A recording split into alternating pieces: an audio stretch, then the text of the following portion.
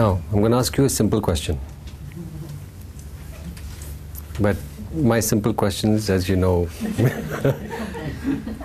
have a hidden dimension to them.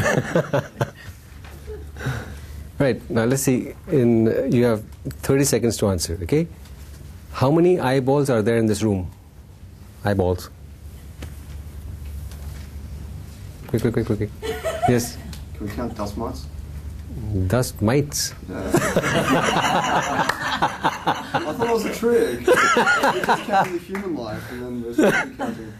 Look at this guy, he's thinking outside the box. You beat me to it, buddy. Okay, human eyes. No dust mites. Okay, you don't need to answer really, but there are 17 people in the room. Therefore 34 eyeballs, hopefully. Unless, well. Counting paintings and statues?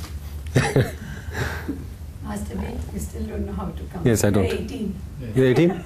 Yeah. In the room. She's not there. Without her, at the moment, we are 18. Oh, I don't know how to count. Neglecting the most important person. Okay. Thank you. So, none of us got the answer.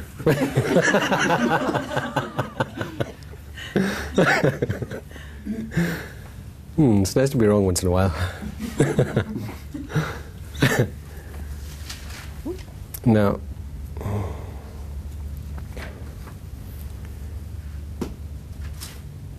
once you have the answer of when you count the people and you count the eyeballs, and I ask you the question, you can answer immediately once you have that information, right? But although this information is in front of us, we do not notice it because we don't give attention to it. So the point I'm coming to is this, that although we are all incredibly wise and perceptive, although all of us are blessed with incredible wisdom and perceptive faculties, now this you should write down, we never really see what we don't give attention to. Yeah? Although we are all incredibly wise and perceptive, we don't really see what we don't pay attention to or give attention to. If I asked you to count, tell me how many chairs are in this room, you won't know because that's not been your focus. But if you are the person organizing things, you will have the right count of the chairs and you'll say the answer like this because that's your focus. Yeah? So in life, we don't really see what we don't give attention to. So when we don't give attention to what really matters, then our mind focuses on what doesn't. We get caught up in trivia. We make the major things, or we make the minor things major. When we don't pay attention to what really matters, our lives get sucked into trivia, into distractions, into negativities. When we don't give attention to our finer qualities, the weeds in the mind overrun our lives. The fear, the anger, the distraction, the infatuation overrules our lives. When we don't give attention to what really matters, to cultivating our best qualities, things go a little haywire. When we don't give attention to developing our strengths, our weaknesses run the roost. When we don't give attention to nurturing other people, we live in neglect of them and live in neglect of ourselves. So, research these days tells us, once again, the things which spiritual teachers have been talking about for centuries. What research tells us these days is that, and you may not want to write this down, it's a very important statement, that it is not, So it is the absence.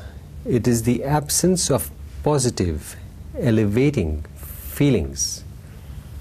It is the absence of positive, elevating feelings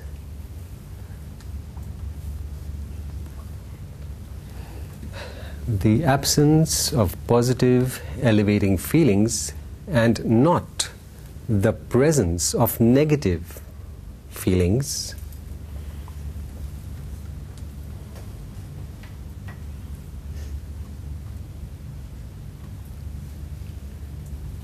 which gives rise to fear and anger and depression, frustration,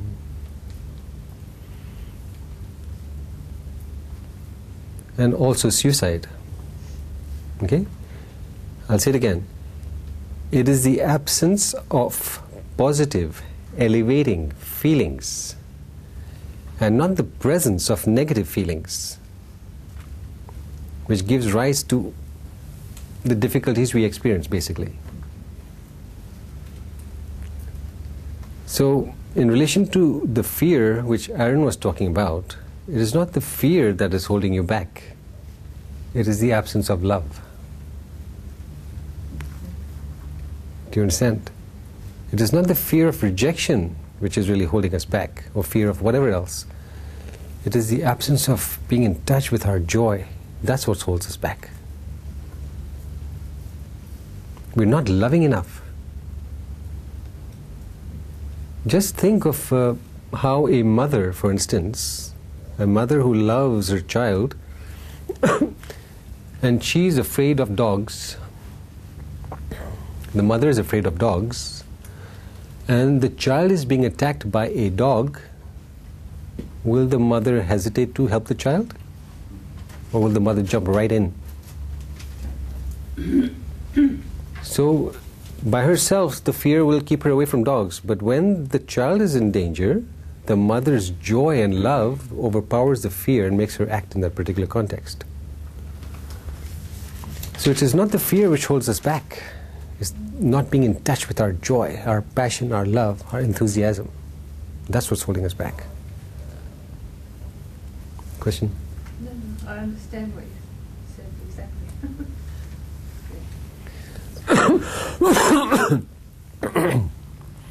So really to work towards our aspirations, to breathe in the Spirit of God, to really work towards the aspiration is vital for our health and well-being.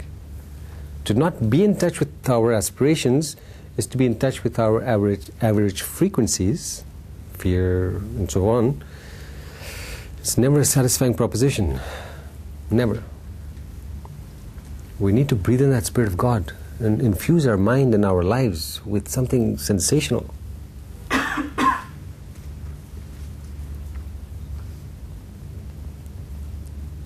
So most of us, the range of feelings we experience in a given day doesn't go very high. We exist within a certain waveband.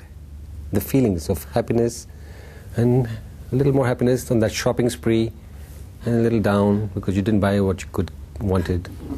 And yeah.